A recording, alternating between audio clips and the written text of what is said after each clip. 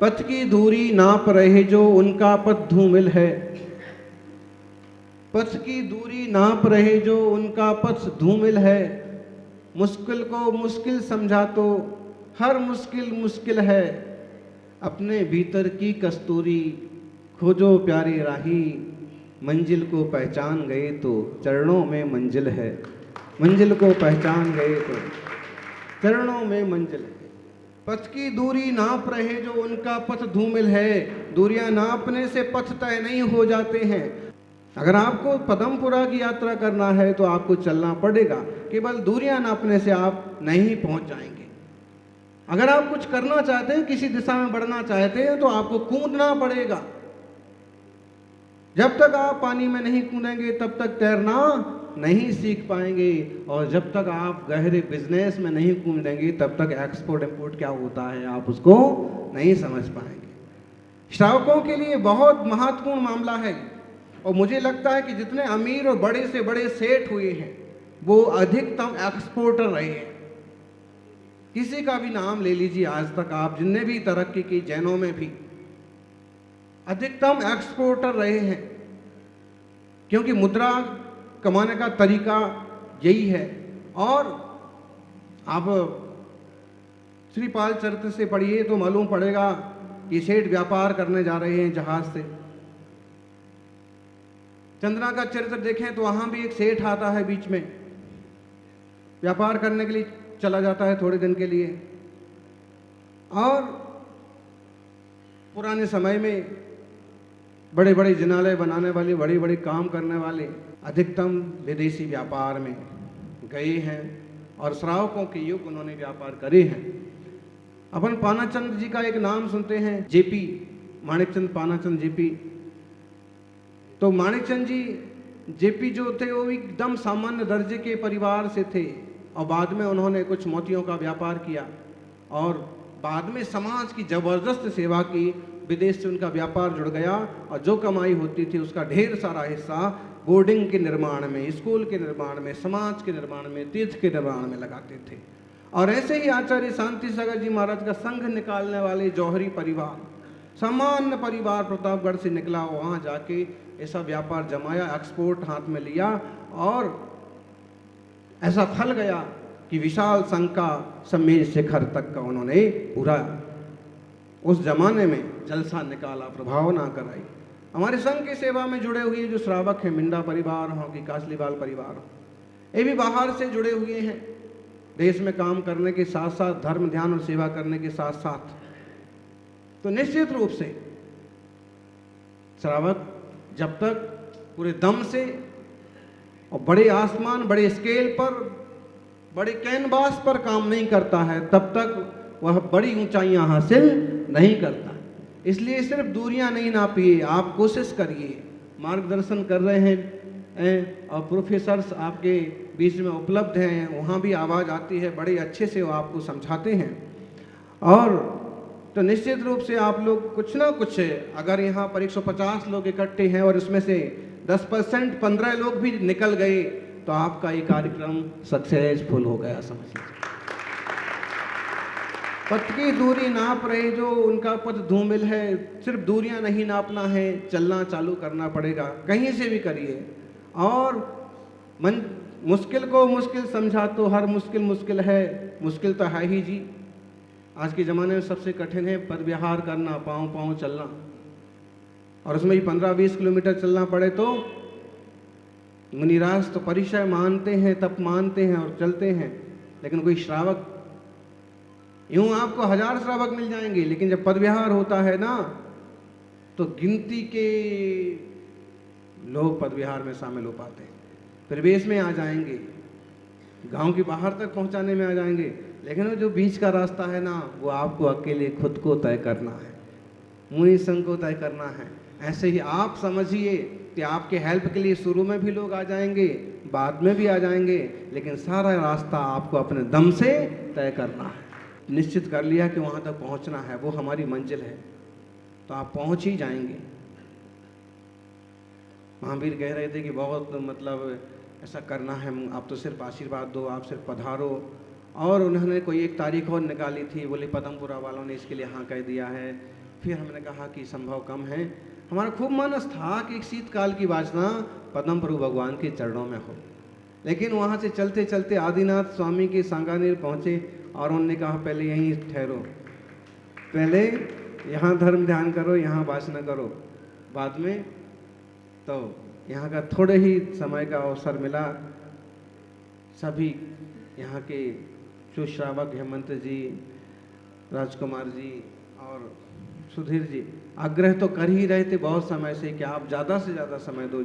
एक दो बार हमने थोड़ा सा मीठे शब्दों में डांट भी दिया समझ लीजिए, फिर भी लगे रहे कि पधारना तो है, आना तो है। हमने कहा आना तो है, लेकिन समय कितना दे पाएंगे, हमें भगवान के चरणों का लाभ कितना मिल पाएगा, ये भी भाई अपनी अपनी तकदीर होती है।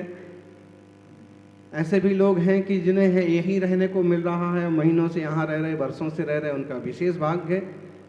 अगर वो नहीं कर रहे हैं भक्ति तो उनका दुर्भाग्य है। बाकी ऐसे भी हैं कि हम इतना चल के आए हैं, पाँव तोड़ के आए हैं, फिर भी 3 दिन से ज़्यादा ठहरने का अवसर नहीं मिल पा रहा है। तो कभी भी जिनालय का सानिध्य मिलता है, जिन प्रतिमा का, उसका पूरा पूरा लाभ जरूर लेना चाहिए। अपने भीतर की कस्तूरी पहचानो। तो हमने इनको कहा कि देखिए जमेगा क्या, तो इन्होंने फिर पूरी वो तैयार की बुक। और फिर ऐसे भी डाउट लगा कि ये सारा कॉमर्शियल टाइप का हो रहा है कहीं, तो कॉमर्शियल, अब वो कॉमर्स का ही काम है एक तरह से, बिजनेस का, लेकिन वो अपने व्यक्तिगत लाभ के लिए नहीं होगा।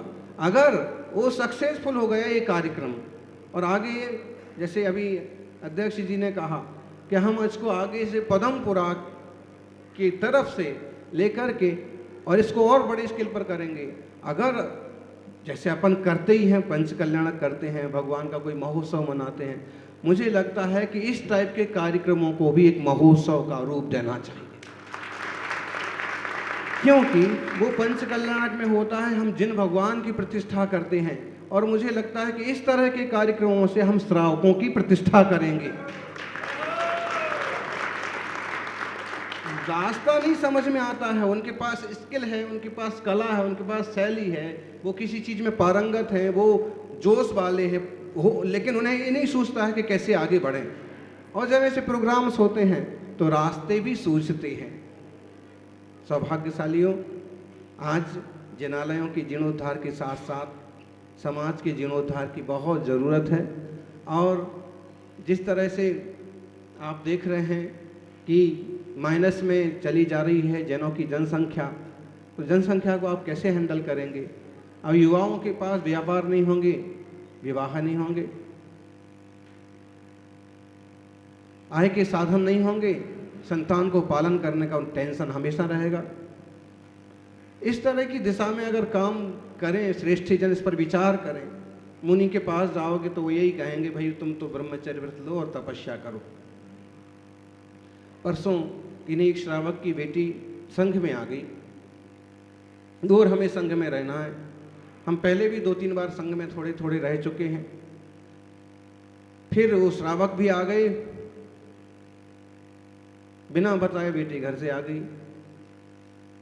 महाराज जी आप इसे आशीर्वाद दो कि घर जाए वापिस, क्यों व्रत लेना है, क्यों साधना करना है? तो हमने कहा कि भाई हम ऐसा नहीं कह सकते हैं कि घर जाओ,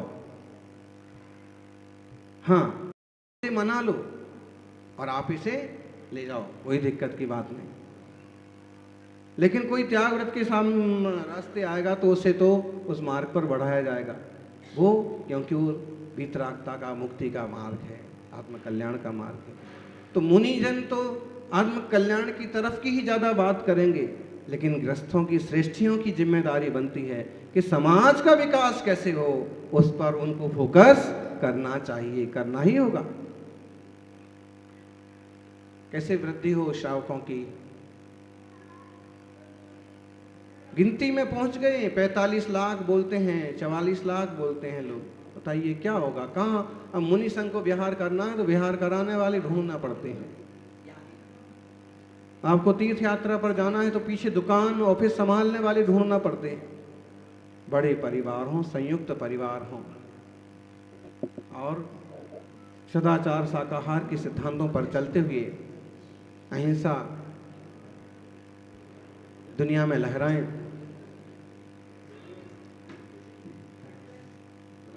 सारी दुनिया भारत की ओर देख रही है और उसमें भी भगवान महावीर के अहिंसा, सदाचार और शाकाहार के सिद्धांत। और डॉक्टर्स लोग भी आजकल रात्रि भोजन के त्याग की बात कर रहे हैं। शराब मांस के त्याग की बात बड़े स्केल पर हो रही है, बड़े बड़े लोग कर रहे हैं। ऐसा मंगलमय शासन आपको मिला है जो दुनिया के हित के लिए है। जरूरत है कि आप शक्तिशाली बने और लोगों तक इसके सिद्धांत पहुंचाएं ताकि लोगों का जीवन स्तर भी ऊंचा उठे।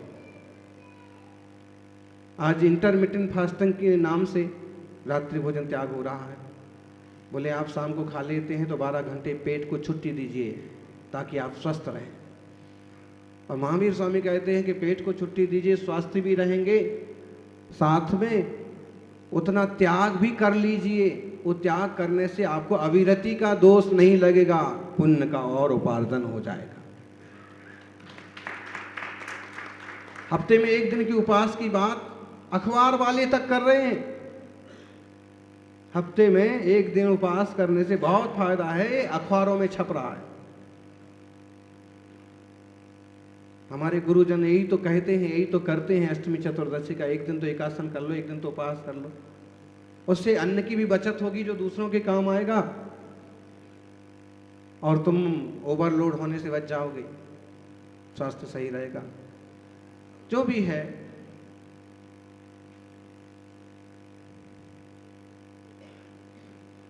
इस मंगलमय शासन की जिम्मेदारी सबके कंधों पर है।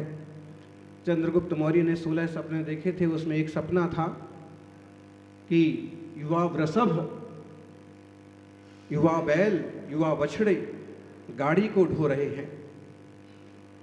और जब गुरु भद्रबाहु से उन्होंने अपने सपने का फल पूछा, अंतिम मौर्य सम्राट जब उन्होंने सपने का फल पूछा तो आचार्य देव ने कहा, राजन इसका अर्थ है अब से आगे इस पंचम काल में धर्म के रथ को खींचने वाले युवा ही होंगे। युवाओं के बल पर धर्म का रथ आगे बढ़ेगा।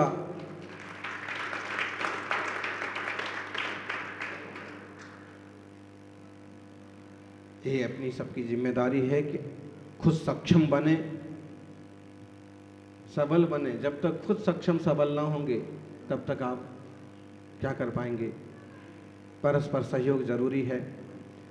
और जैसे अभी आप कह रहे थे, तो अगर हम जयपुर स्केल पर या बड़े राजस्थान स्केल पर बड़े बड़े जो उद्योगपति हैं उनसे भी इस टाइप संपर्क करें, क्योंकि आजकल तो इंटरनेट पर सारी चीज़ें उपलब्ध हैं।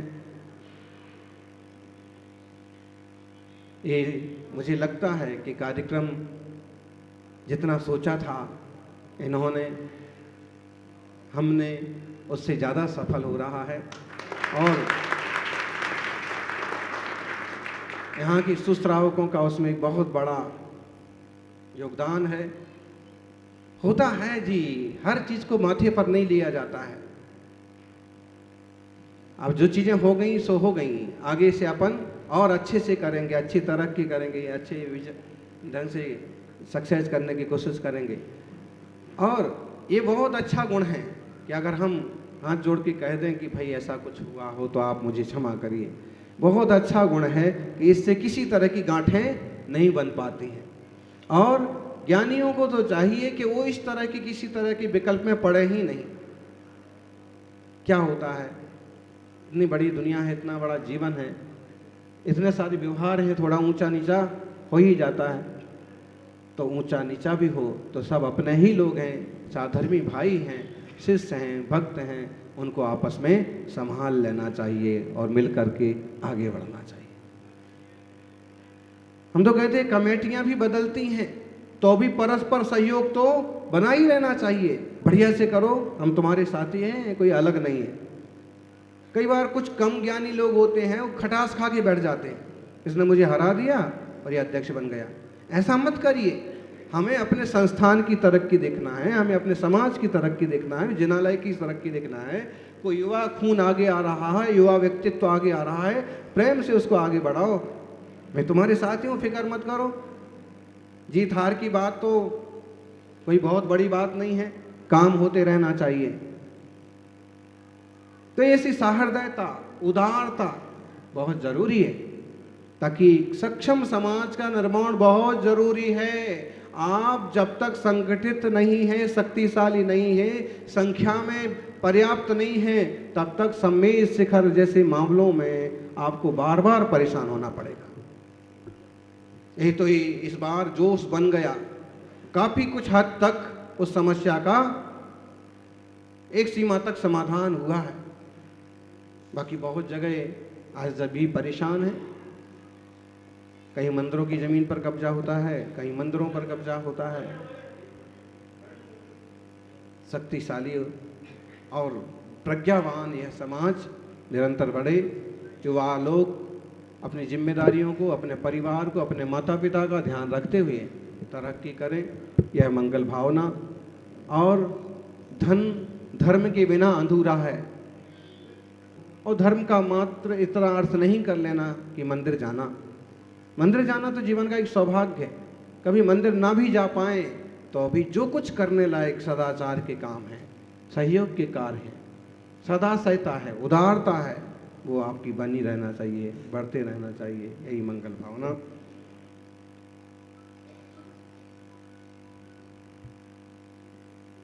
हाँ, एक गुजराती है, हूँ गुजराती छूँ, हूँ विकास छूँ। बैठ जाओ, बहुत अच्छा। गुजराती तो बहुत जल्दी तरक्की कर सकते हैं, महाराष्ट्र वाले भी कर सकते हैं। और अगर सही लाइन मिले तो हर एक इंसान बहुत जल्दी तरक्की करके ऊंचाइयां हासिल करेगा। सबको आशीर्वाद। जय बोलिए 24 तीर्थंकर भगवान की।